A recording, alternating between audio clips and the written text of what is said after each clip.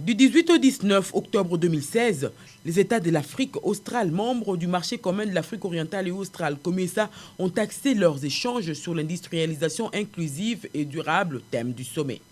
Aux côtés des chefs d'État et de gouvernement ainsi que d'autres chefs de délégation, Raymond Tshibanda Mlogo, ministre congolais des Affaires étrangères et de la coopération internationale, a pris part à ces assises au nom du président congolais Joseph Kabila Kabange. Dans la délégation, on pouvait remarquer la présence de Germain Kambinga, ministre de l'Industrie, de l'ambassadeur Mayele, représentant de la RDC en Zambie, du secrétaire général à la coopération régionale Joseph Nkoy Baoumbu, ainsi que de tant d'autres experts de haut rang venus des différents secteurs de l'administration congolaise concernés par les questions économiques et échanges commerciaux. La République démocratique du Congo était au centre des enjeux du sommet, notamment s'agissant des points relatifs à la politique d'industrialisation de la région, priorité des priorités, à la ratification de l'accord portant création de la zone de libre-échange et à la facilitation du commerce avec la Goa, prolongé pour 10 ans. Et l'autre sujet débattu, c'est le lancement du CVTS, COMESA Virtual Trade System, un mécanisme régional permettant de contrôler effectivement de manière électronique